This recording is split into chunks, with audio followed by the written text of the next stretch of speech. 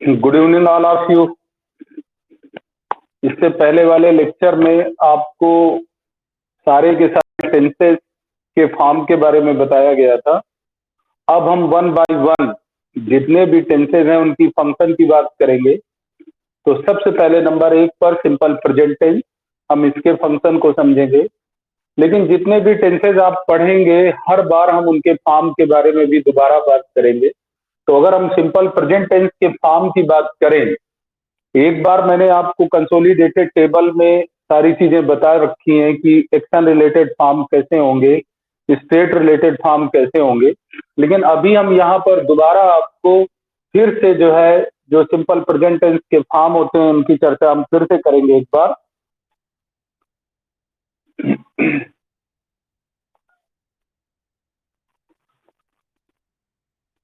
तो अगर हम सिंपल प्रेजेंट टेंस के फॉर्म की बात करें तो चूंकि इसमें सिंपल वर्ड यूज हुआ है, इट मीन्स कि इसमें एक्शन और स्टेट दोनों रहेंगी। ये आप बात को समझिए, यानी इसमें एक्शन रिलेटेड भी वर्ब होंगी और स्टेट रिलेटेड भी वर्ब आपको मिलेंगी। तो अगर हम एक्शन की बात करें तो एक्शन को फर्दर मैंने 4 फॉर्म में आपको दिखाया था। 4 फॉर्म में एक्शन आपको मिल रही थी, तो वो चारों फॉर्म में आपको देखना है। अगर हम पहले बात करें यहाँ पर तो आप ऐसे भी कर सकते हैं कि एक अफर्मेटिव हो गए आपके, अफर्मेटिव एक्शन, और इसके बाद में दूसरे में आप निगेटिव ऑब्लिक इंट्रोगेटिव कर सकते हैं, निगेटिव ऑब्लिक इंट्रोगेटिव। तो या इसको शॉर्ट में लिख लेते हैं, नहीं तो उधर आएगा नहीं, निगेटिव ऑब्लिक इंट्रोगेटिव। तो जो अफर्मेटिव होते हैं ये फर्दर आपके 2 कैटेगरी में जा सकते हैं, एक सिंगुलर नंबर और एक आपका प्लूरल नंबर। तो जो सिंगुलर होगा उसमें V1 प्लस एस या ES का यूज करना है, और जो प्लूरल नंबर होगा सिर्फ V1 का यूज करना है। तो ध्यान दीजिएगा जरा, सिंपल प्रेजेंट टेंस में आपके एक्शन और स्टेट दोनों आते हैं। एक्शन में अगर हम अफर्मेटिव एक्शन की बात करें, अफर्मेटिव, निगेटिव, इंट्रोगेटिव, ये 2 तरह के एक्शन हो गए। अफर्मेटिव की बात करें तो उसमें भी फर्दर सिंगुलर नंबर आपकी वर्ब की फर्स्ट फॉर्म एस या ES के साथ आएगी, और प्लूरल नंबर सब्जेक्ट के साथ में सिर्फ वर्ब की फर्स्ट फॉर्म यूज करना है। निगेटिव इंट्रोगेटिव में भी यही रहेगा। जो अफर्मेटिव होंगे एक्शन, वहां पर आपको डज प्लस V1 का यूज करना है, और जो आपके सॉरी अफर्मेटिव नहीं, सिंगुलर, सिंगुलर वर्ड यूज करना चाहिए, सिंगुलर। तो सिंगुलर के साथ आप डज प्लस V1 का यूज करेंगे, और प्लूरल के साथ आप डू प्लस V1 का यूज करेंगे। तो ये ध्यान दीजिएगा, ये एक्शन के 4 फॉर्म हैं, उसमें चार्ट में भी आपको मैंने दिखाया था। अगर हम स्टेट की बात करें तो स्टेट के आपके 3 फॉर्म हो गए, एक सिंगुलर के साथ, एक आई के साथ, और तीसरा आपका प्लूरल के साथ। तो प्लूरल के साथ क्या करेंगे, सिंगुलर के साथ आप क्या करेंगे, इज प्लस कॉम्प्लीमेंट का यूज करेंगे। कॉम्प्लीमेंट के रूप में आप नाउन, एडजेक्टिव और एडवर्ब का यूज करते हैं। आई के केस में आप एम प्लस कॉम्प्लीमेंट का यूज करेंगे, और प्लूरल के केस में आप आर प्लस कॉम्प्लीमेंट का यूज करेंगे। तो अगर देखा जाए, देखिए ये सारी चीजें सिंपल प्रेजेंट टेंस में है। इनफैक्ट पैसिव भी अगर यूज किया जाए वो भी सिंपल प्रेजेंट का हिस्सा कहलाएगा।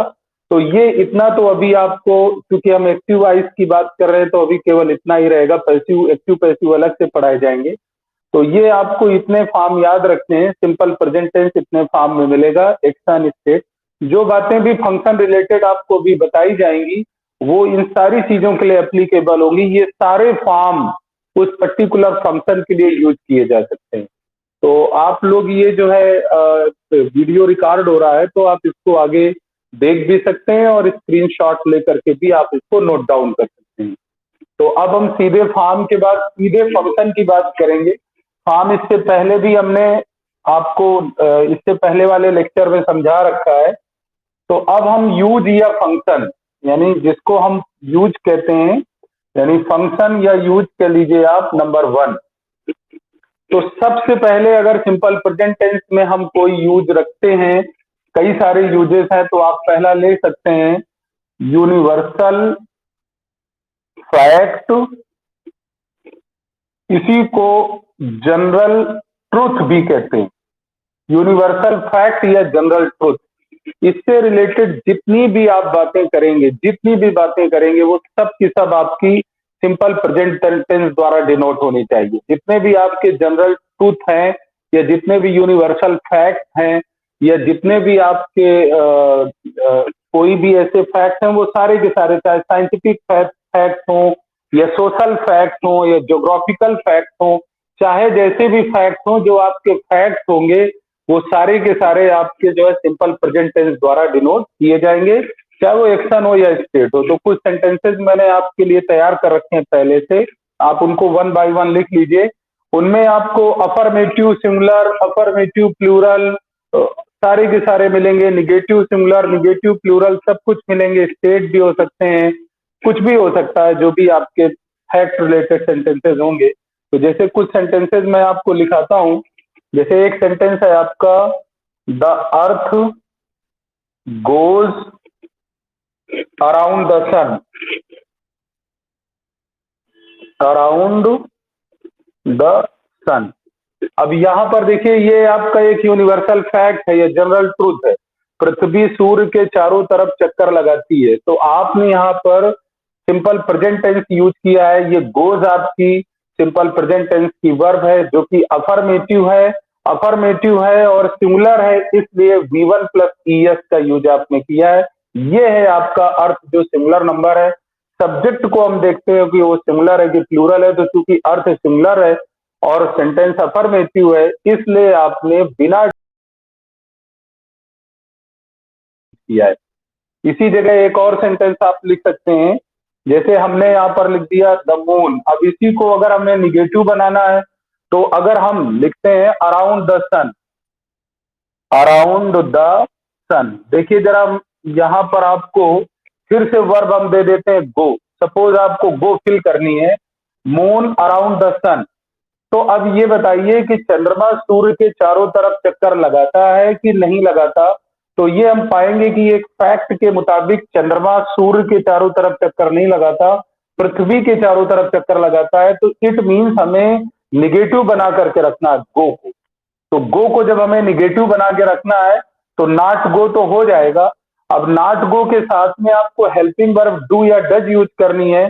तो ध्यान दीजिए, ये मून आपका सिंगुलर नंबर है, तो सिंगुलर नंबर के लिए आप डज का यूज करते हैं। तो ये आपका डज नॉट गो हो गया। ये भी फैक्ट रिलेटेड है, यूनिवर्सल फैक्ट है या जनरल ट्रूथ है, निगेटिव सेंटेंस है, सिंगुलर नंबर है, सिंगुलर निगेटिव है, तो डज के साथ आपने यूज किया है। तो अब ये गोज नहीं रहेगा। अगर आपने डज यूज किया है तो ये गोज नहीं रहेगा, डज नहीं यूज करेंगे तो देखिए गोज हो जाएंगे। ये बात ध्यान दीजिएगा। तो इसी तरह के एक और सेंटेंस कुछ आप लिख लीजिए। जैसे एक लिखा है, nurses take care of patients in hospital, nurses take care of patient. या एक मैं ज्योग्राफिकल रिलेटेड कुछ और आपको लिखा देता हूं लगातार, तो उससे आपको कुछ और क्लियर हो जाएगा। कुछ और चीजें मैं लिखा देता हूं, जैसे मान लीजिए मैं लिख देता हूं यहीं पर, ये सिंगुलर थे, अब मैं प्लूरल के दो एग्जांपल लिख देता हूं। मान लीजिए मैं लिख देता हूं कि द प्लेनेट, द प्लेनेट, और इसके बाद में मैं फिर लिख देता हूं around the sun, around the sun. तो यहां पर देखिए, अगर मैं गो को फिल करता हूं तो अगेन आप देख सकते हैं कि ये आपका जो है, ये जो यूनिवर्सल फैक्ट है कि जो ग्रह हैं वो सूर्य के चारों तरफ चक्कर लगाते हैं, ये फैक्ट है। तो यहां पर हमको अफर्मेटिव वर्ब यूज करना है, निगेटिव नहीं यूज करना। तो हम गो को लगाएंगे और गो में एस या एस भी नहीं लगाएंगे क्योंकि प्लेनेट प्लूरल नंबर है। तो केवल हमको V1 का यूज करना है। निगेटिव होता तो यहां पर हम डू नॉट लगा देते, इंट्रोगेटिव होता तो भी डू लगा सकते थे। इसका आप क्वेश्चन भी फॉर्म कर सकते हैं इससे रिलेटेड। जैसे आपने लिखा कि the planet go around the sun, जो उपग्रह हैं वो सूर्य के चारों तरफ चक्कर लगाते हैं। अगर हम इसी से रिलेटेड एक क्वेश्चन फ्रेम करना चाहें तो कर सकते हैं कि क्या सैटेलाइट्स सूर्य के चारों तरफ चक्कर लगाते हैं? सैटेलाइट्स आप उपग्रह को कहते हैं। तो अब अगर आप इससे रिलेटेड सवाल करना चाहते हैं तो यानी आपको सेंटेंस को इंट्रोगेटिव करना होगा और जब भी आप सेंटेंस को इंट्रोगेटिव करेंगे तो डू डच के साथ ही वर्ब यूज करेंगे। अब आप डू डच के साथ यूज करेंगे तो आप इसी जगह पे लिख सकते हैं कि do satellite go around the sun. अब यहां पर देखिए जो है आपको यहां पर जो है ये डबल एल कर लीजिएगा, शायद डबल एल रहेगा। तो यहां पर ध्यान दीजिएगा कि ये जो वर्ब है ये डू गो हो गई। यहां पर यहां क्वेश्चन मार्क लगा लीजिए।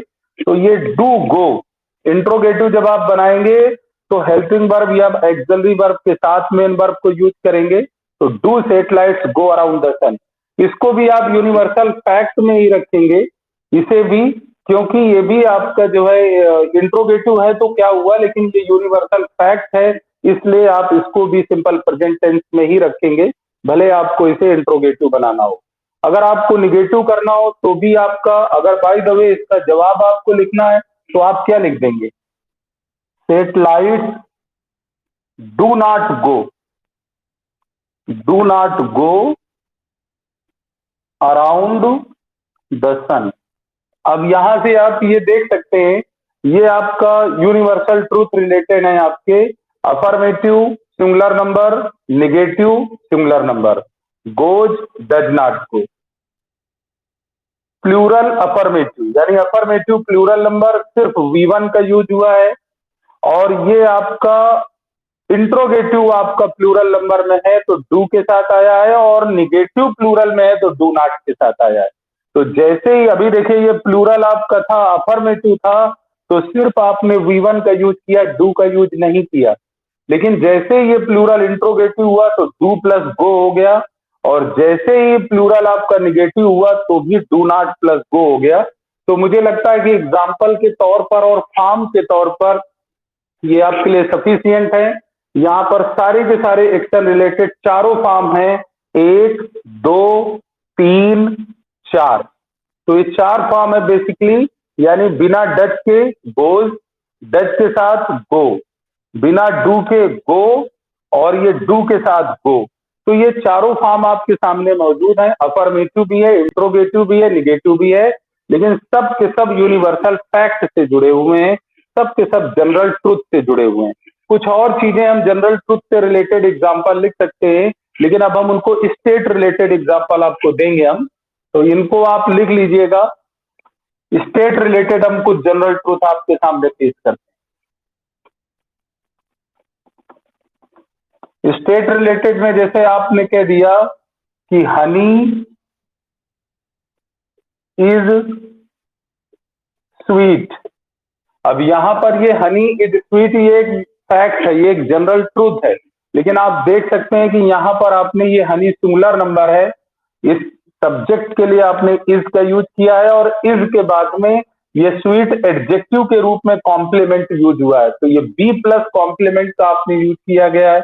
सिंपल प्रेजेंट में बी फॉर्म का मतलब इजेमार होता है, हनी के लिए आपने इज यूज किया है। और अगर फंक्शन की बात की जाए तो यहाँ पर कौन सा फंक्शन है, यहाँ पर जनरल ट्रूथ वाला फंक्शन है, शहद मीठा होता है, ये एक जनरल ट्रूथ वाला फंक्शन है।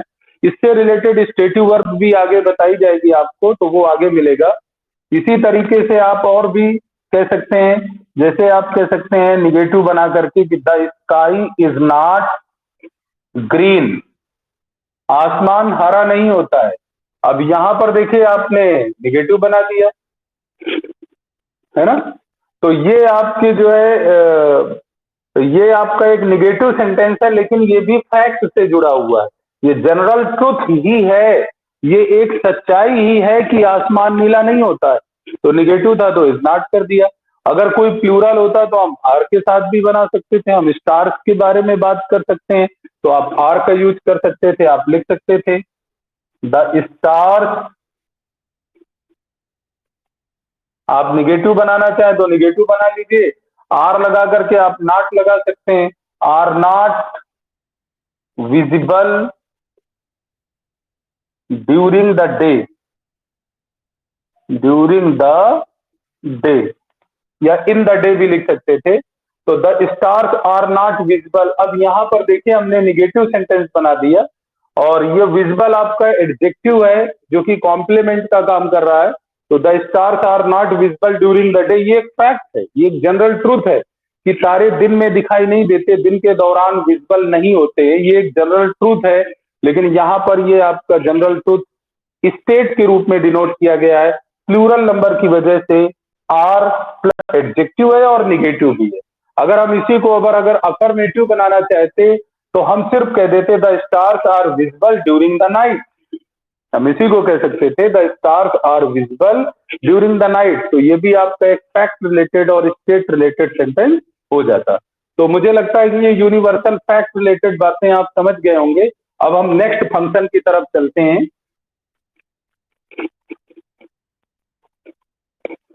तो ध्यान रखिएगा, जब भी आप कोई फैक्ट से संबंधित बात कर रहे हैं, किसी जनरल ट्रूथ से संबंधित बात कर रहे हैं, तो आप सिंपल प्रेजेंट टेंस यूज करें। और वो सिंपल प्रेजेंट टेंस की कोई भी फॉर्म हो सकती है।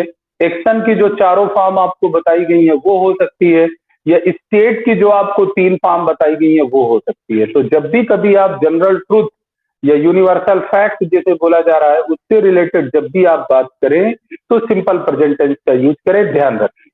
अब हम नंबर 2 पे आते हैं, प्रेजेंट हैबिट। प्रेजेंट हैबिट या हम इसी को कह सकते हैं रिपीटेड हैपनिंग।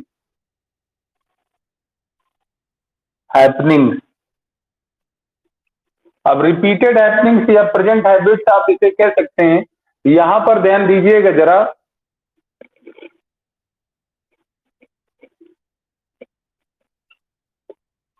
यहां पर ध्यान दीजिएगा कि ये जितने भी प्रेजेंट हैबिट्स या रिपीटेड हैपनिंग्स होती हैं, इसमें आप एक एडवर्ब ऑफ फ्रीक्वेंसी को अक्सर पाएंगे। और वो एडवर्ब ऑफ फ्रीक्वेंसी क्या मिलेंगी? ऑफ्टन है, ऑलवेज है, नेवर है, सेल्डम है, फ्रिक्वेंटली है, समटाइम्स है, हाउ ऑफन भी मिलेगा सवाल करने के लिए। हाउ ऑफन आपको इंट्रोगेटिव में मिलेगा, हाउ ऑफन। वेरी ऑफन भी मिल सकता है, very often, usually, more often than not भी मिल सकता है, मोर ऑफन देन नॉट। इसके अलावा कुछ और जो बाद में आने वाले फ्रिक्वेंसी के शब्द होते हैं, डेली है, एवरी डे है। और इसी के साथ में आप एवरी के साथ में और चीजें भी क्या कर सकते हैं, जैसे एवरी के साथ बहुत सारी चीजें आप मिला सकते हैं। एवरी वीक लिख सकते हैं, एवरी मंथ लिख सकते हैं, एवरी ईयर लिख सकते हैं, है ना, एक्सेट्रा। और भी चीजें जैसे आप इसमें एवरी संडे भी लिख सकते हैं, every Sunday, every Monday, etcetera. और इसके अलावा आप ऐसे भी लिख सकते हैं ऑन संडेज, प्लूरल करके, on Sundays, Mondays, on Mondays मतलब, एक्सेट्रा। तो ये इस तरह से भी कह सकते हैं आप, ऑन संडेज, मंडेज, एक्सेट्रा। तो ये आपके एडवर्ब ऑफ फ्रीक्वेंसी यूज होते हैं, often, always, never, seldom, frequently, sometimes, how often, very often, usually, more than not, more often than not, daily, every day, every week. और भी आपको मिल जाएंगे, जैसे कि हम वंस अ वीक भी कह सकते हैं, once a week, once a year. अब इसमें देखिए वीक अगर आ रहा है तो इसमें और भी चीजें आ सकती हैं, वंस अ मंथ भी आ सकता है, वंस अ ईयर भी आ सकता है, ट्वाइस, यहाँ वंस की जगह ट्वाइस, थ्राइस भी आ सकता है। वीक की जगह पर आप मंथ, डे, ईयर कुछ भी लिख सकते हैं। तो बहरहाल ये फ्रीक्वेंसी वाले शब्द रिपीटेड एक्शन में जरूर आप यूज करते हैं, जिससे आप बताते हैं कि कोई चीज कितनी बार होती है या कितनी बार नहीं होती, या क्या उतनी बार होती है। तो ये आपके जो है ये जो पर्टिकुलर फंक्शन है प्रेजेंट हैबिट या रिपीटेड हैपनिंग्स वाला, इसमें ये जो एडवर्ब ऑफ फ्रीक्वेंसी है इसका रोल जरूर आएगा, तो इनको आप ध्यान दीजिएगा। एक जगह पर आप प्रेजेंट कंटिन्यूअस टेंस का यूज करते हैं ऑलवेज और कॉन्स्टेंटली के साथ, तो उसमें और इसमें फर्क ये है कि वो इरिटेटिंग हैबिट के लिए यूज किया जाता है प्रेजेंट कंटिन्यूअस टेंस का, और जो नॉर्मल और यूजुअल हैबिट्स होती हैं उनके लिए आप, या रिपीटेड एक्शन होते हैं उनके लिए आप सिंपल प्रेजेंट टेंस का यूज करते हैं, जिसके आपको 4 फॉर्म बताए गए हैं, 5 फॉर्म। तो अब हम उनसे जुड़े हुए सेंटेंसेस देखेंगे, ठीक है।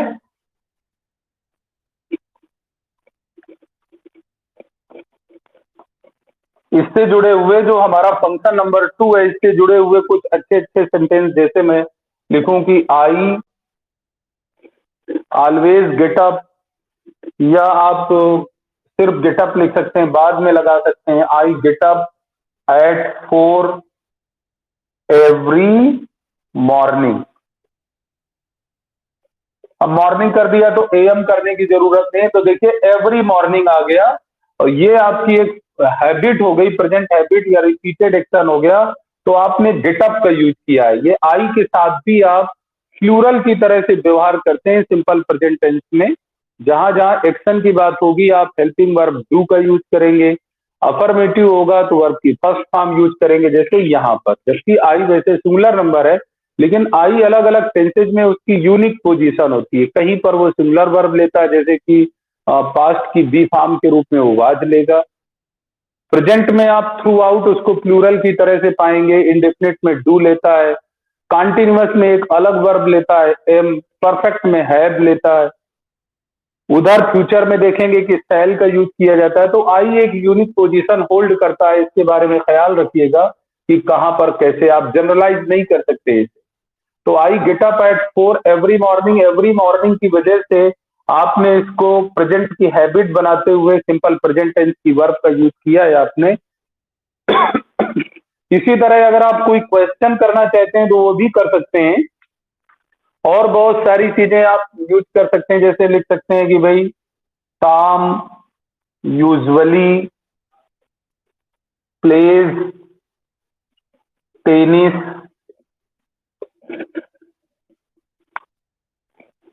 On Sundays. अब देखिए आपने यहाँ पर डबल फ्रीक्वेंसी का यूज कर दिया है, एक यूजुअली भी यूज किया है और ऑन संडेज का भी यूज किया है। यानी टॉम सामान्यतया संडे वाले दिनों में, रविवार वाले दिनों में टेनिस खेलता है। गौर करिएगा यहाँ पर टॉम आपका जो है सिंगुलर नंबर है और सेंटेंस अफर्मेटिव है, इसलिए देखिए प्ले में एस या ईएस लगी हुई है। ये है आपकी सिंपल प्रेजेंट टेंस की वर्ब, जो कि आपका अफर्मेटिव सिंगुलर नंबर एक्शन है, अफर्मेटिव सिंगुलर नंबर। टॉम की वजह से सिंगुलर है वो और अफर्मेटिव है, तो आपने बिना डस के यूज किया है। और ये आपका फंक्शन की बात की जाए तो ये प्रेजेंट हैबिट या रिपीटेड एक्शन को डिनोट करता है। इसी तरह अगर आप चाहें तो निगेटिव और इंट्रोगेटिव भी बना सकते हैं, जैसे आप नेवर से भी सेंटेंस, लेकिन आप नेवर से बनाएंगे तो ध्यान रखिए कि डू डच का यूज नहीं होगा। जैसे आप कह सकते हैं कि he never comes late, he never comes late. अब देखें यहाँ पर जो है नेवर के लगने पर भी ये भी हैबिट हो गई या रिपीटेड एक्शन हो गया, तो आपने यहाँ ही को सिंगुलर मानते हुए यहाँ कम्स का यूज किया है। ध्यान दीजिएगा, अगर हम इसी सेंटेंस को चाहे तो स्टेट से भी बना सकते हैं, वो भी हैबिट ही होगी। आप इसको कह सकते हैं ही इज नेवर लेट। बस इतना होगा कि ये जो एडवर्ब ऑफ फ्रीक्वेंसी है वो इसके बाद चली जाएगी। ये भी सिंपल प्रेजेंट टेंस है और सेम फंक्शन है। ही इज नेवर लेट का मतलब भी वही फंक्शन है, इसको भी आप प्रेजेंट हैबिट ही कहेंगे। और ये आपका स्टेट रिलेटेड बस आपका फॉर्मेट हो गया, ये एक्शन रिलेटेड फॉर्मेट है, ये स्टेट रिलेटेड फॉर्मेट है। ये भी सिंपल प्रेजेंट टेंस है, ये भी सिंपल प्रेजेंट टेंस है। ये भी आपका रिपीटेड एक्शन शो कर रहा है, प्रेजेंट हैबिट शो कर रहा है, और ये भी प्रेजेंट हैबिट शो कर रहा है। तो इसी तरह से और आप बना सकते हैं, जैसे आप आई से भी बनाना चाहे तो कोई सेंटेंस आप और लिख सकते हैं। I always regular and punctual. तो अब ये आई से बन गया। अब रेगुलर एंड पंक्चुअल ये दो कॉम्प्लीमेंट लगे हुए हैं और ऑलवेज का यूज कर दिया गया है। I am always, regular and punctual. और ध्यान दीजिएगा यहाँ पर भी स्टेट रिलेटेड आपकी हैबिट डिनोट की गई है, प्रेजेंट हैबिट, लेकिन एडवर्ब ऑफ फ्रीक्वेंसी का यूज किया गया है। एक सेंटेंस और आप इंट्रोगेटिव में लिख लीजिए, निगेटिव भी इसमें आ सकते हैं।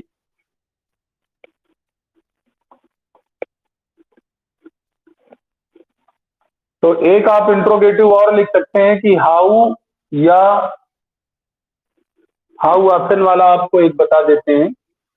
How often do you go fishing, question mark.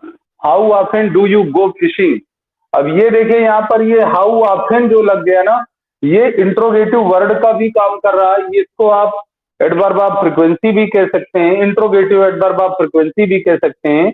तो इंट्रोगेटिव वर्ड का भी काम कर रहा है और एडवर्ब ऑफ फ्रीक्वेंसी का भी काम कर रहा है। शुरू में रखा हुआ है तो सेंटेंस इंट्रोगेटिव हो गया। और यू के साथ में यू को प्लूरल नंबर की तरह ट्रीट करते हैं, तो डू गो का आपने यूज किया है। तो how often do you go fishing, आप कब कब या कितनी बार फिशिंग के लिए जाते हैं। गो के बाद जब भी कोई sport activity, fishing, swimming, shopping वगैरह आती है, तो आप उसको हमेशा जीरंड बना करके रखते हैं। ध्यान रखिएगा यहाँ फार का यूज नहीं होगा, न टू का यूज होगा, ये ध्यान रखिएगा।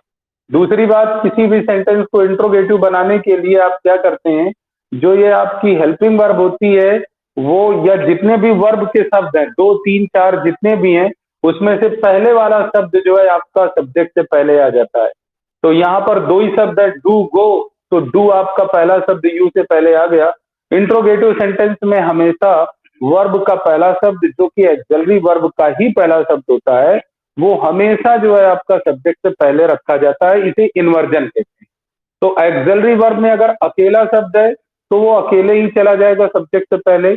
अगर एक्सिलरी वर्ब में एक से ज्यादा शब्द है, जैसे कि आप फ्यूचर में देखते हैं या परफेक्ट कंटिन्यूअस में देखते हैं, have been, has been, had been, या फ्यूचर में कंटिन्यूअस से लेके आखिरी तक will be, shall be, will have, shall have, will have been, shall have been, सब में आप देख रहे हैं कि एक से ज्यादा शब्द हैं, तो पहला शब्द आपका सब्जेक्ट से पहले ले जाया जाता है।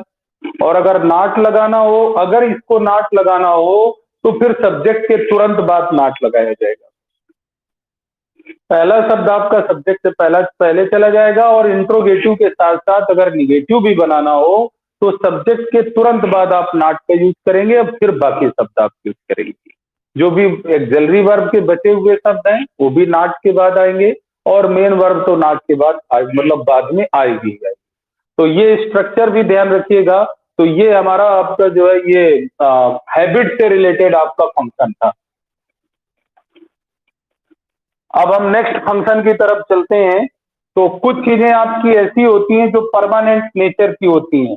परमानेंट नेचर की चीजें, चाहे वो स्टेट रिलेटेड हो, चाहे वो एक्शन रिलेटेड हो, आप उनको भी सिंपल प्रेजेंट टेंस में रखते हैं।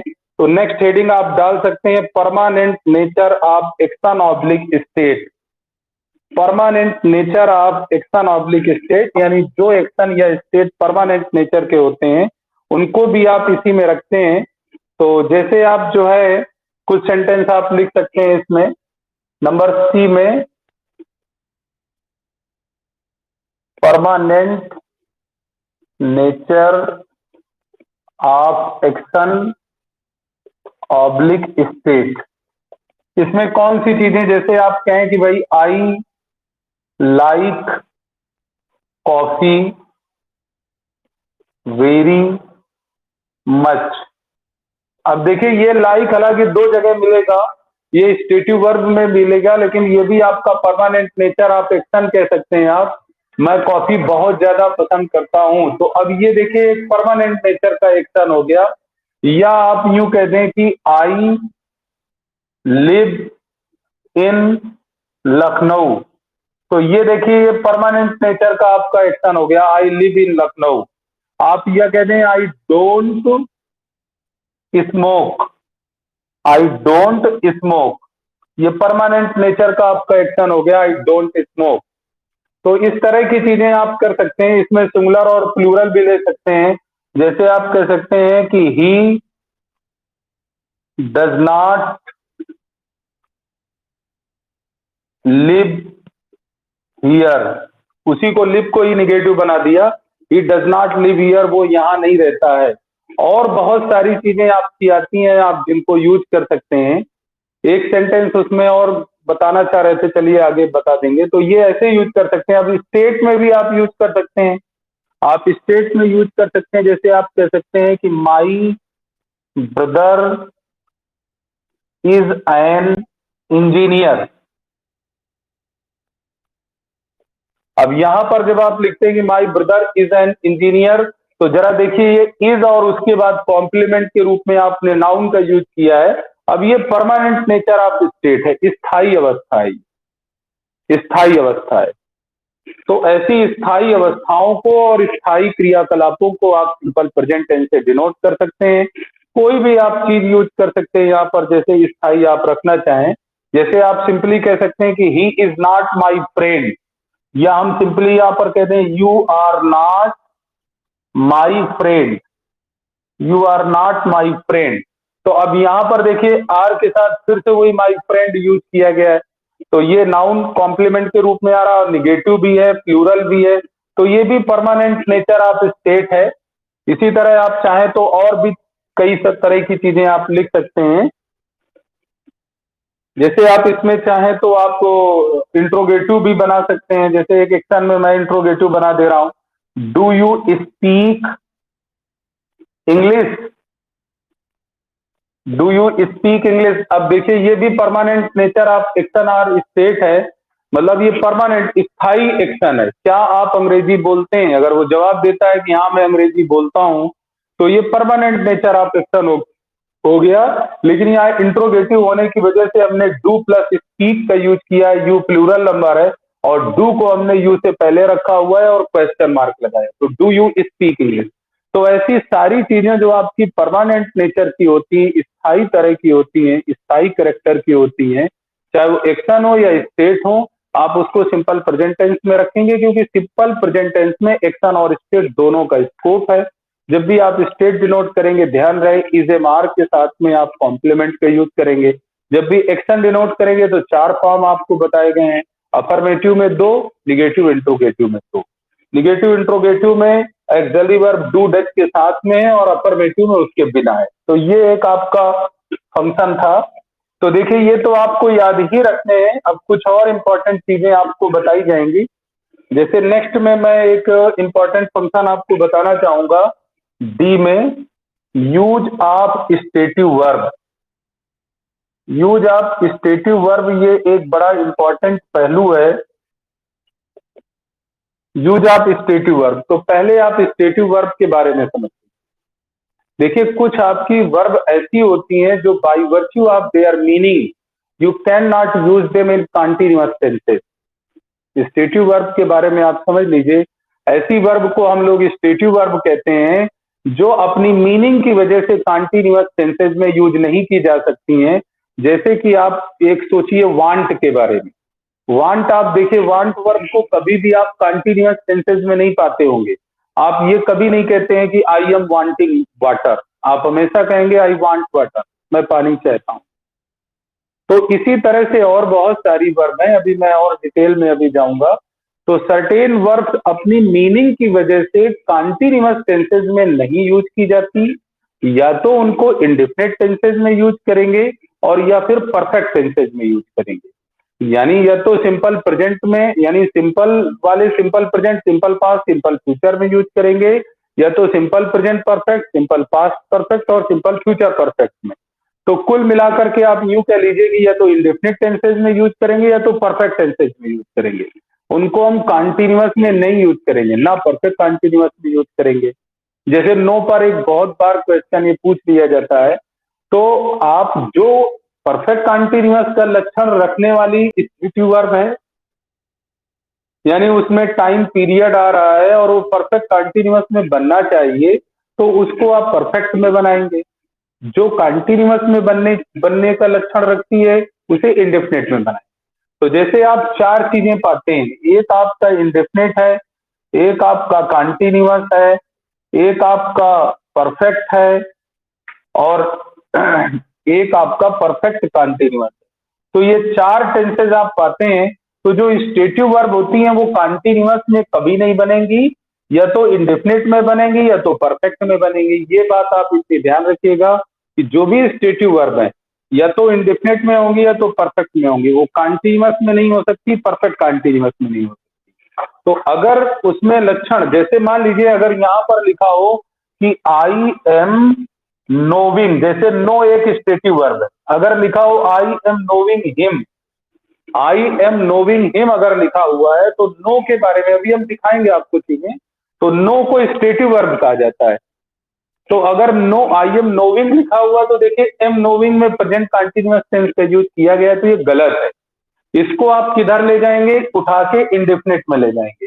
तो इसको आप कर देंगे आई नो हिम, और ये आपका करेक्ट हो गया। ये इनकरेक्ट है और ये करेक्ट हो गया। आई एम नोविंग हिम नहीं कह सकते, आई नो हिम कह सकते हैं।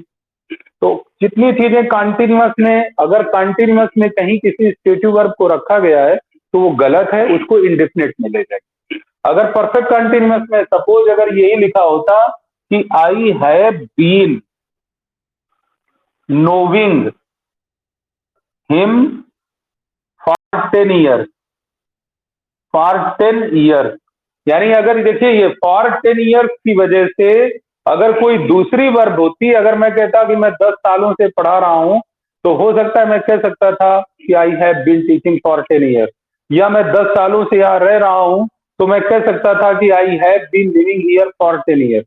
लेकिन नो चूंकि स्टेटिव वर्ब है, तो यद्यप की पहचान लक्षण सारे के सारे परफेक्ट कंटिन्यूअस हैं, मैं उसे 10 सालों से जान रहा हूं, लेकिन नो चूंकि स्टेटिव वर्ब है तो उसको आप परफेक्ट कंटिन्यूअस में नहीं रह सकते। तो जिस चीज के अंदर परफेक्ट कंटिन्यूअस का लक्षण है, सिंस और फार का यूज हुआ है, तो उसको परफेक्ट में ले जाइए। जो बिना टाइम के आई है कंटिन्यूअस में है, उसको सही करने के लिए इंडेफिनिट में ले जाइए। तो इसको सही करने के लिए हम क्या लिख देंगे, आई have known, I have known him for 10 years, for 10 years बना रहेगा, वो हटेगा नहीं। तो अब ये देखिए करेक्ट हो गया, ये इनकरेक्ट था। I have been knowing him for 10 years incorrect है, और I have known him for 10 years ये आपका करेक्ट हो गया, क्योंकि अब आपने परफेक्ट का यूज कर दिया। तो चूंकि स्टेटिव वर्ब को इंडेफिनिट और परफेक्ट ही केवल रख सकते हैं, कॉन्टिन्यूअस और परफेक्ट कॉन्टिन्यूअस में नहीं रख सकते हैं। तो यहां पर मैंने केवल एक वर्ब के सहारे आपको ये बात समझाने की कोशिश की है, लेकिन रेन एंड मार्टिन ने अपनी बुक में एक लिस्ट आपको दी है स्टेटिव वर्ब की। तो चलिए उस लिस्ट को देख लेते हैं और कोशिश करेंगे कि वो वर्ब हमारे दिमाग में रहे, हमें याद रहे। स्टेटिव वर्ब एक बड़ा कॉन्सेप्ट है, इसलिए अगर स्टेटिव वर्ब तक समझ आ जाता है तो बहुत अच्छी बात है। कोशिश थी मेरी कि आज पूरा सिंपल प्रेजेंट टेंस खत्म कर दें, लेकिन इसमें स्कोप इतना ज्यादा है कि हम कॉम्प्रोमाइज नहीं कर सकते उसके साथ। तो चलिए, लेकिन स्टेटिव वर्ब को खत्म करने की कोशिश करते हैं हर हाल में। स्टेटिव वर्ब को खत्म किया जाएगा। तो चलिए जरा आप अपनी बुक उठा लीजिए रेन एंड मार्टिन की, और बुक उठा लीजिए रेन एंड मार्टिन, और उसमें जहां पर बताया जाए वहां पर चलिए। तो स्टेटिव वर्ब के बारे में जानते हैं, समझते हैं। एक बड़ा इंपॉर्टेंट टॉपिक है स्टेटिव वर्ब, जो सिंपल प्रेजेंट टेंस के दौरान ही हम आपको पढ़ा देंगे, आगे पढ़ने की जरूरत नहीं पड़ेगी। तो हम चलते हैं, ये चैप्टर नंबर है वर्ब में 24, चैप्टर नंबर 24 बुक 1 में टेंसेज इंट्रोडक्शन। तो 24 नंबर चैप्टर में चलते हैं बुक 1 में। हमारी बुक में 64 पेज दिखा रहा है,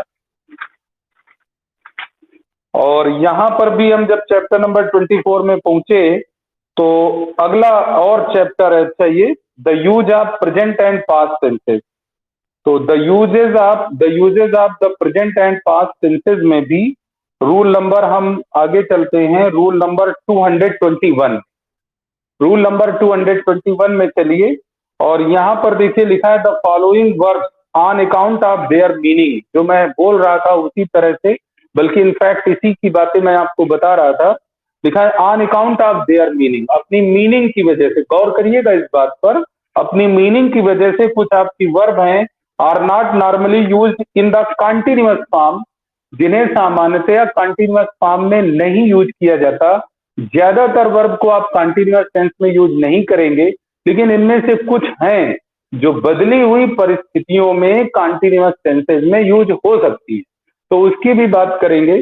तो इन्होंने क्या किया है कि सारी वर्ब को, जितनी स्टेटिव वर्ब हैं उनकी मीनिंग के आधार पर, मतलब जो भी स्टेटिव वर्ब इन्होंने कलेक्ट किया, ऐसा नहीं है कि इतनी है, इससे बियॉन्ड भी आपकी स्टेटिव वर्ब है, वो हम आपको बताएंगे और भी। तो इन्होंने जो स्टेटिव वर्ब यहाँ पर दी हैं उनको कैटेगराइज कर दिया है। 5 तरह की कैटेगरी इन्होंने रखी है यहाँ पर: verb of perception, verbs of appearing, verbs of emotion, verbs of thinking और वर्ब ऑफ पोजेशन। ये 5 कैटेगरी में रख करके इन्होंने स्टेटिव वर्ब को आपको बताया है। तो वर्ब्स ऑफ परसेप्शन में इन्होंने क्या रखा है? वो सारे क्रियाकलाप जो आपकी इंद्रियों से जुड़े हुए, जैसे कि इन्होंने रखा हुआ है एक सी, सी मीन्स देखना। तो ये देखना एक्शन आंखों से जुड़ा हुआ है। आंख से देख करके आप जब परसीव करते हैं किसी चीज को, देखिए कैसे कैसे आप चीजें परसीव करते हैं: आंखों से देख करके, नाक से सूंघ करके, जीभ से स्वाद लेकर के, हाथ से टच करके। तो ये आपकी ऐसी चीजें, कानों से सुन करके। तो ये देखिए प्रमुख प्रमुख वर्ब ऑफ परसेप्शन हो गई, जहां पर आप अपनी ज्ञानेंद्रियों का इस्तेमाल करते हैं, तो वो आपकी वर्ब ऑफ परसेप्शन में चली गई।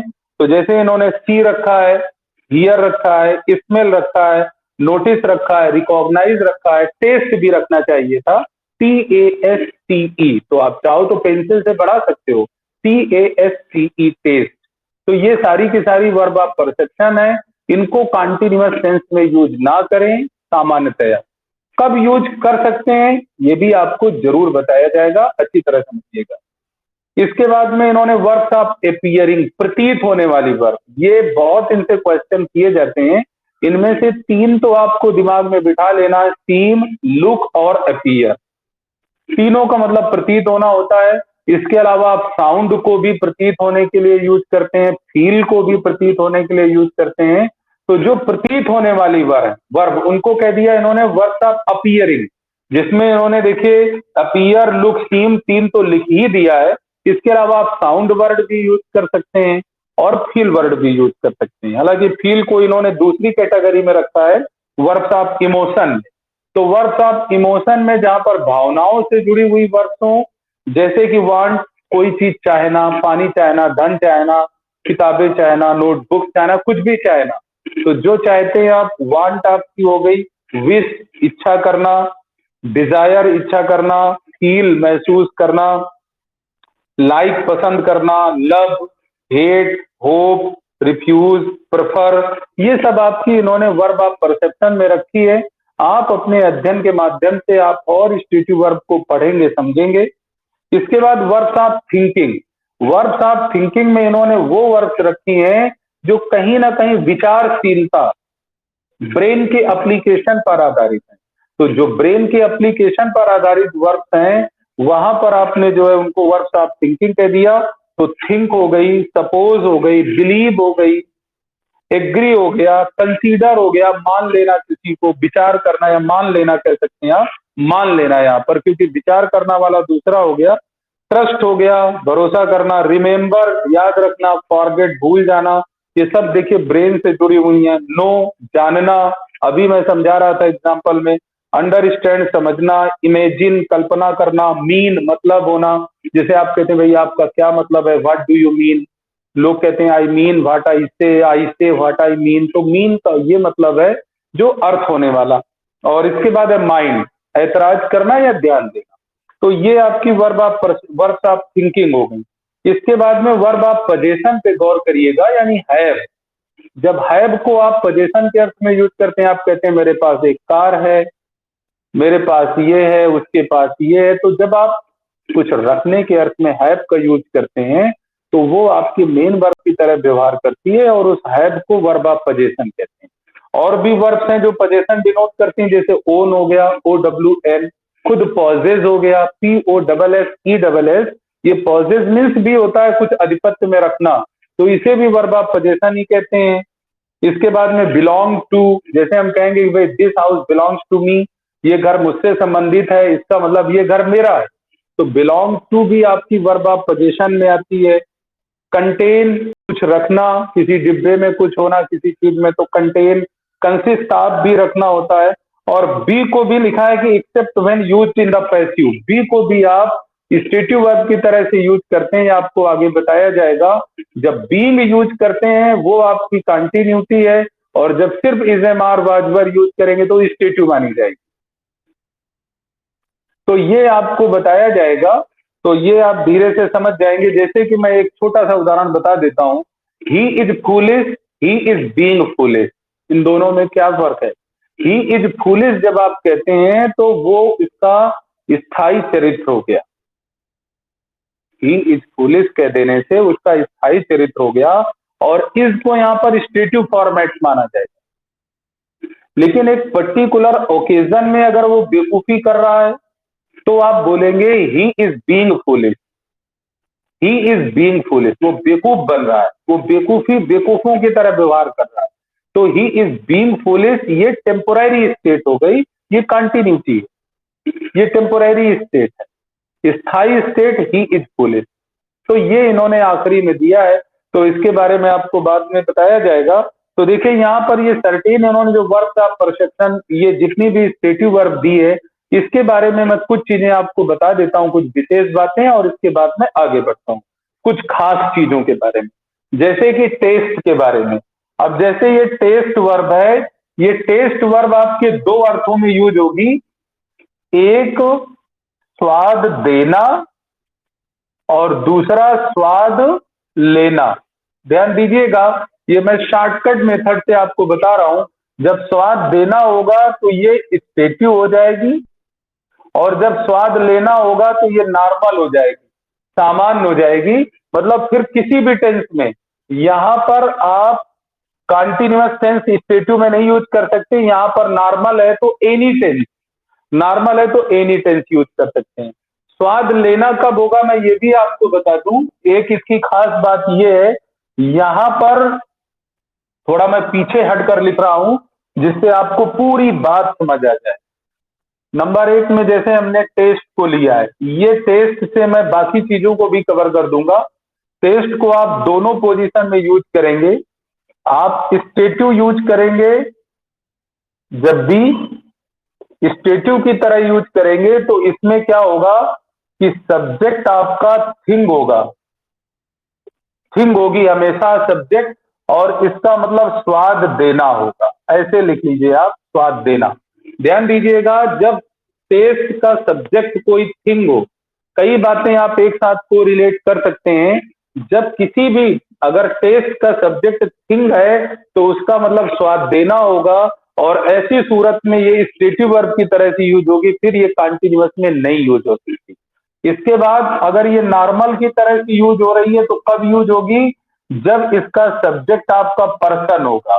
तो जब सब्जेक्ट पर्सन होगा तो इसका मतलब स्वाद लेना हो जाएगा, और जब स्वाद लेना हो जाएगा तो ये फिर आपकी नॉर्मल हो गई। अब आप किसी भी टेंस में यूज कर लीजिए, चाहे जिस टेंस में यूज करें। जैसे अगर मैं लिखूं कि the mango is testing sweet, तो गौर करिएगा यहां पर जो हमने सब्जेक्ट, ये देखिए इज टेस्टिंग लिखा हुआ है, तो ये टेस्टिंग वर्ब का जो सब्जेक्ट मैंने मैंगो को बनाया वो थिंग की कैटेगरी में आ गया। तो आम स्वाद लेता नहीं है, आम स्वाद देता है। तो इसलिए अब यहां स्टेटिव होना चाहिए, और स्टेटिव का मतलब कंटीन्यूअस में यूज नहीं कर सकते। तो अगर यहां कंटीन्यूअस का यूज हुआ है तो ये गलत है, रॉन्ग है। अब यहां पर ये प्रेजेंट कंटीन्यूअस है, तो इसको सही कैसे करेंगे? ऊपर इंडेफिनिट में ले जाकर, तो प्रेजेंट इंडेफिनिट में ले जाएंगे तो ये हो जाएगा आपका द मैंगो। अब मैंगो सिंगुलर नंबर है, अफर्मेटिव है, तो टेस्ट में एस या ई एस लग गया, तो टेस्ट, और उसका कॉम्प्लीमेंट स्वीट, और ये अब आपका करेक्ट हो गया, द मैंगो टेस्ट स्वीट। तो यहां पर ये स्टेटिव की तरह, तो गलत। लेकिन अगर आप लिखते हैं कि my brother is testing the mango, अब देखिए मेरा भाई मैंगो टेस्ट कर रहा है, चख रहा है, उसका स्वाद चख रहा है, taste the flavour of the mango कह सकते हैं, या उसका जो टेस्ट है वो चख रहा है। तो अब यहाँ पर देखिए माई ब्रदर पर्सन हो गया। अब पर्सन हो गया तो टेस्ट का मतलब स्वाद लेना हो गया। तो ये अगर वो वर्तमान में स्वाद ले रहा है तो हम कह सकते हैं my brother is testing the mango, और ये आपका करेक्ट है, ये इनकरेक्ट नहीं है। किसी भी टेंस में लिख सकते हैं। हम ये भी लिख सकते हैं कि मेरा भाई आम खरीदने से पहले हमेशा टेस्ट कर लेता है। अब हमेशा टेस्ट कर लेता है तो देखिए इसमें लक्षण आ गया वो प्रेजेंट हैबिट वाला। तो सिंपल प्रेजेंट में भी कर सकते हैं। क्यों किया सिंपल प्रेजेंट में? क्योंकि ऑलवेज आ रहा है। My brother always taste the mango before he buys it, खरीदने से पहले, या ही बाइज देम, खरीदने से पहले वो हमेशा टेस्ट कर लेता है। तो चूंकि अब ऑलवेज की वजह से ये सिंपल प्रेजेंट का यूज हो रहा, स्टेटिव की वजह से नहीं। तो जैसे रिक्वायरमेंट, अगर एक बार ये नॉर्मल की तरह से स्वाद लेने के अर्थ में यूज हो गया तो नॉर्मल हो गया, किसी भी टेंस में यूज करो।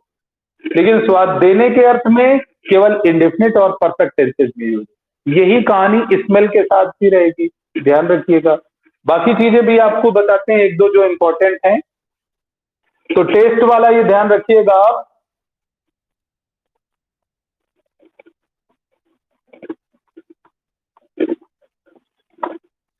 अब नंबर 2 पे जैसे हम हैव के बारे में बताते हैं, हैव के बारे में कुछ खास खास है।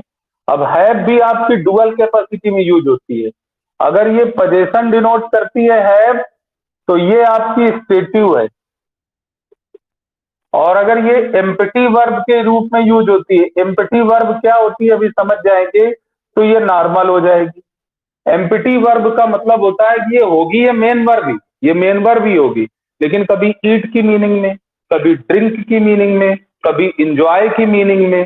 तो हैव को तो आप बहुत मीनिंग में यूज करते हैं। खाना खाने के लिए भी आप हैव यूज करते हैं, पानी पीने के लिए भी हैव यूज करते हैं, दवा खाने के लिए भी हैव यूज करते हैं, दिन अच्छा रखने के लिए भी हैव यूज करते हैं। तो हैव को आप दर्जनों जगह पर यूज करते हैं। आपको ये हम मैटर देकर समझा देंगे। तो जहां पर एम्पटी वर्ब के रूप में आप हैव को यूज करते हैं वो नॉर्मल हो जाती है, आप किसी भी टेंस में यूज करें।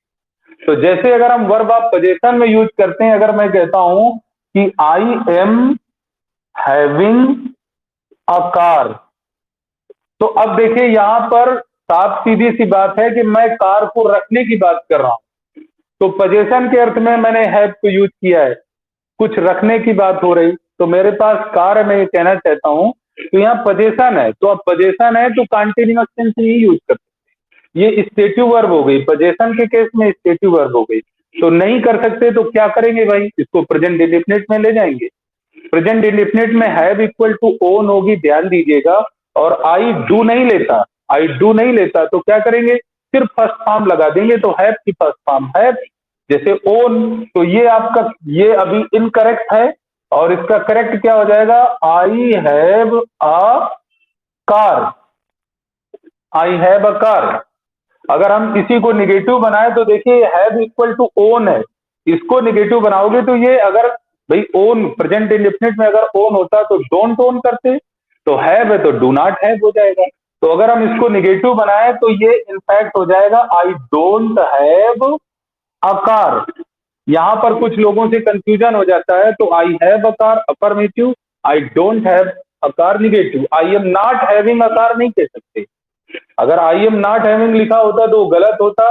आप चाहें तो यहां पर इसका एक गलत फॉर्म लिख सकते हैं बीच में, I am not having a car, और इसको आप रॉन्ग कर लीजिए और ये इसका करेक्ट फॉर्म हो गया। तो I don't have a car ये आपका करेक्ट हो जाएगा। सिंगुलर का भी लिख सकते हैं, क्योंकि सिंगुलर में थोड़ा सा लोगों से कंफ्यूजन हो जाता है कई बार।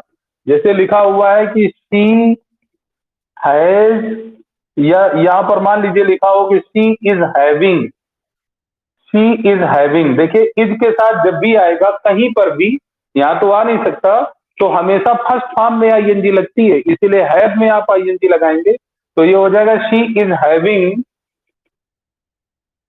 अ कैट, उसके पास एक बिल्ली है। तो ये फिर से वही पोजीशन वाली बात है। तो आप यहाँ पर स्टेटिव वर्ब का यूज करेंगे, ये नहीं होगा यूज, तो ये इनकरेक्ट है। तो आप कर देंगे she has a cat, she has a cat. अब आप देखिए जरा, ये is having equal to has हो गया, क्योंकि अगर इज डूइंग लिखा होता तो आप डज कर देते। तो चूंकि शी के साथ आप सिंगुलर नंबर वर्ब यूज करते हैं, तो प्रेजेंट इंडेफिनिट में हैव की सिंगुलर नंबर हैज यूज हुई है। ये ध्यान दीजिए, ये प्रेजेंट इंडेफिनिट है, सिंपल प्रेजेंट टेंस। अगर हम इसी को मान लीजिए ये लिखते हैं कि she is not having a dog, उसके पास कोई कुत्ता नहीं है, तो फिर से पोजेशन है, तो ये रॉन्ग है। और ये अगर रॉन्ग है तो इसका करेक्ट कैसे करेंगे?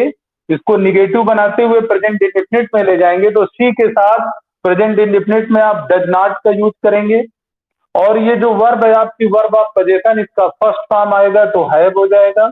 ध्यान दीजिएगा, सी के साथ या does not, do not, did not, इनके साथ कभी भी हैज और हैड नहीं आ सकता, सिर्फ हैव भी आएगा, क्योंकि ये वर्ब की फर्स्ट फॉर्म है। तो she does not have a dog, ये आप कर देंगे और इस तरह से ये करेक्ट हो गया, she does not have a dog. तो ध्यान दीजिएगा ये बात भी, यहाँ हैव का यूज ही does not, do not, did not के साथ होता है। और बाकी आप जो है हैज अगर अफर्मेटिव में लाएंगे तो सिंगुलर नंबर में ये हैव की सिंगुलर फॉर्म हैज हो जाएगी।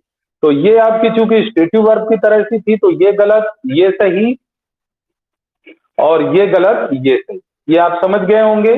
एक आप चाहें तो पास्ट का भी सकते हैं, लेकिन जैसे आप पास्ट में भी, लेकिन अभी हम पास्ट की बात कर नहीं रहे हैं, अभी हम सिर्फ प्रेजेंट की बात कर रहे हैं।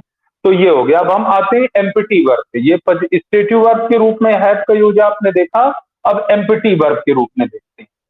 तो जैसे आप कहते हैं कि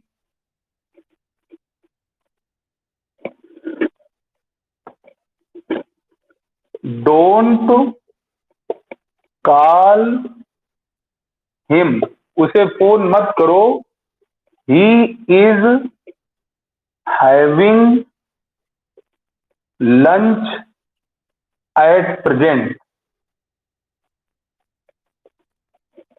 he is having lunch at present. अब देखिए यहां पर हैविंग लंच, तो ये जो हैव यूज हुआ है, ये हैव इक्वल टू ईट है कि नहीं है? तो जब ये हैव इक्वल टू ईट है तो ये वर्ब आप पोजीशन वाला हैव नहीं है, यही है एम्प्टी वर्ब। तो अब इस वाले हैव को आप नॉर्मल किसी भी टेंस में यूज कर सकते हैं भाई, जिस टेंस की भी पहचान हो उस टेंस में यूज करो।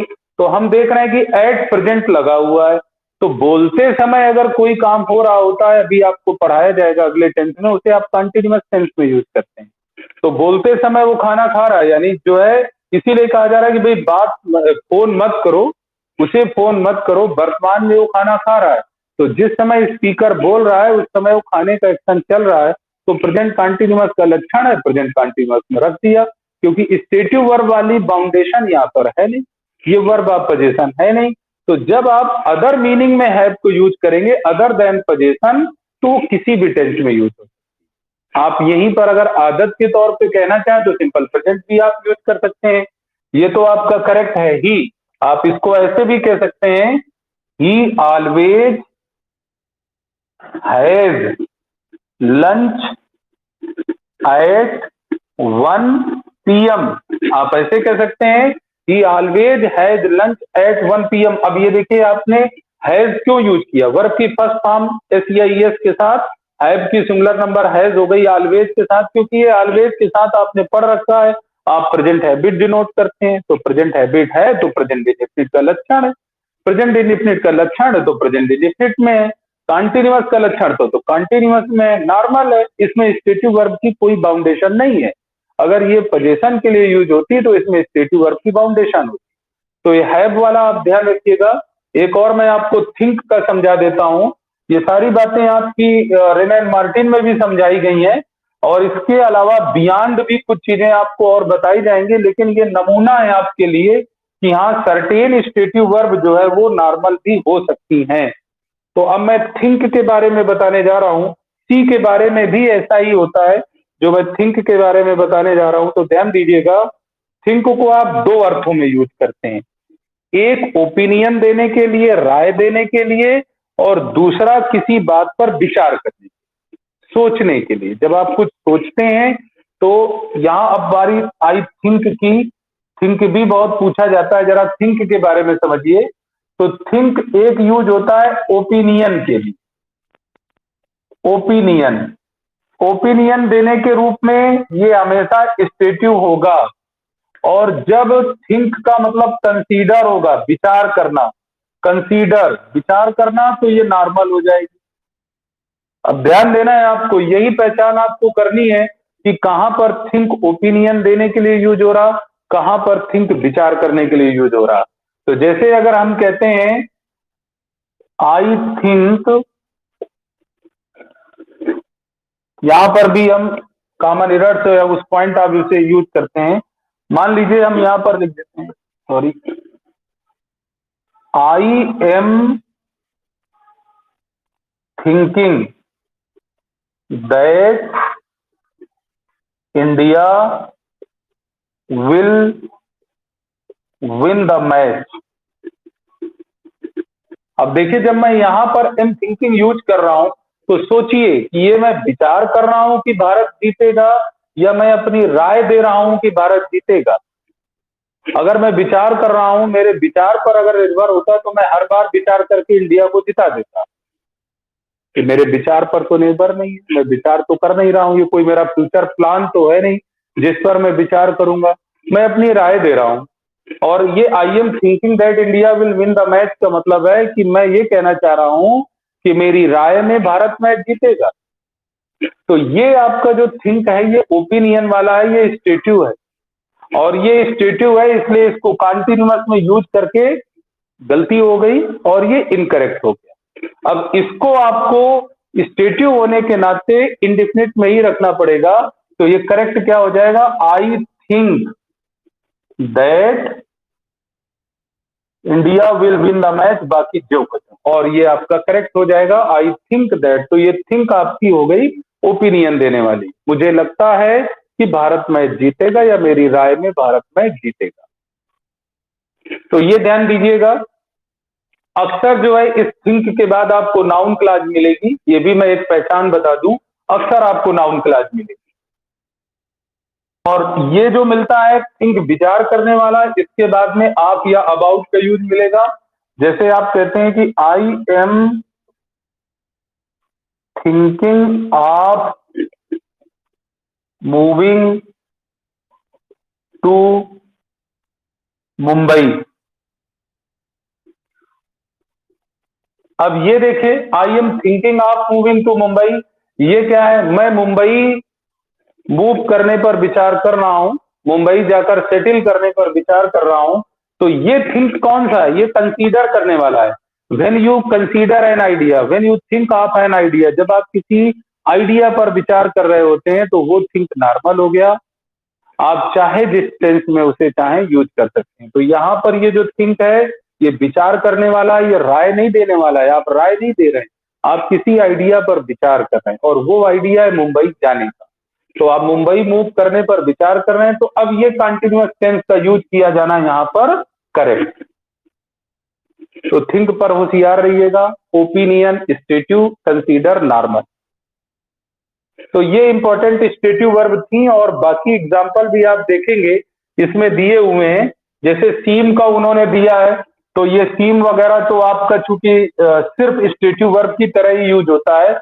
हमने यहाँ पर आपको जो वर्ब भी समझाई है वो वर्ब हमने आपको समझाई है जो डुअल कैपेसिटी में यूज होती हैं, जिससे कि आपको आइडिया लग जाए कि भाई हाँ ये कैसे डबल कैपेसिटी में यूज होती है। तो स्टेटिव वर्ब का पहलू बड़ा इंपॉर्टेंट है। आपसे मैं चाहूंगा कि जो रेन एंड मार्टिन में 221 दिया है, आप इसको एक बार ध्यान से पढ़ें और इसको और समझें। अभी मैं आपको और आगे की चीजें बताने से पहले अब आज की क्लास में यहीं पर ओवर करता हूं, और ये रिकॉर्ड अभी नहीं होगी, अभी क्लास फर्दर हम करेंगे। तो अब करेंगे तो हम गूगल मीट पर करेंगे। तो अभी ये क्लास यहीं पर ओवर की जाती है। Thank you very much. जितना पढ़ाया गया उसे समझ करके रखिएगा, दोबारा समझिएगा। Thank you.